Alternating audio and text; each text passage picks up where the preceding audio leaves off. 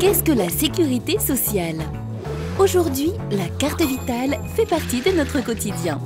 Grâce à la télétransmission, nos consultations chez le médecin sont remboursées en 5 jours et nous n'avançons pas l'intégralité des frais chez le pharmacien. Mais quelle est son histoire? Elle est le résultat d'une avancée sociale majeure, la sécurité sociale. Sa naissance remonte à la fin du 19e siècle avec la révolution industrielle. L'ancêtre de la Sécu voit le jour grâce à une loi votée en 1898 qui permet l'indemnisation en cas d'accident du travail. En d'autres termes, on percevait un revenu même en cas d'incapacité physique de travailler.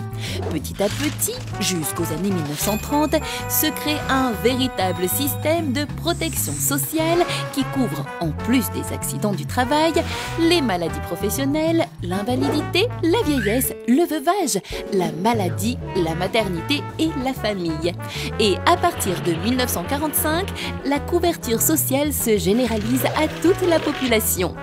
En France, on est couvert par le biais de son travail. Il existe plusieurs régimes de sécurité sociale déterminés en fonction du métier et du secteur d'activité. Les 3 principaux sont le régime général, le RSI et la MSA. Mais qui finance la Sécu?